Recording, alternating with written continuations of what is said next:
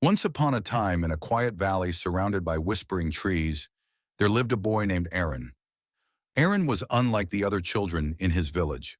While they played and laughed in the fields, he would sit by the river for hours, asking questions no one seemed to answer. Why are we born?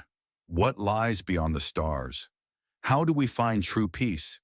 The villagers smiled at his curiosity, but they had no answers. Only stories passed down, like fragile threads in the wind. One morning, an old traveler stopped by the village. He spoke of a hermit, a philosopher who lived deep in the forest, beyond the hills where even birds lost their way. They called him the one who watches the silence. Intrigued, Arin decided to find him. With only a loaf of bread and a small lantern, he stepped into the woods. Days passed. Nights grew cold. The trees whispered and shadows danced.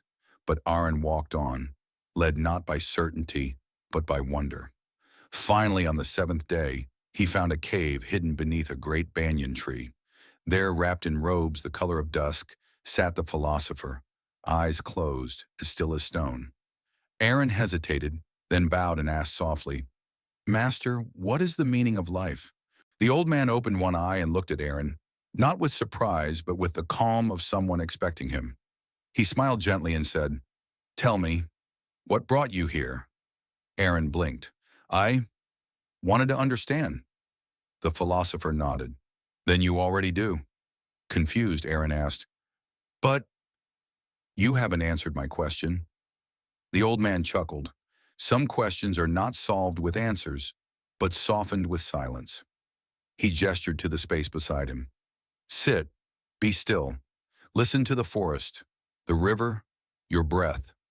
The meaning you seek is not a sentence, it is an experience." And so Arin sat. Minutes turned to hours. Hours became dusk. For the first time, he didn't search. He simply listened.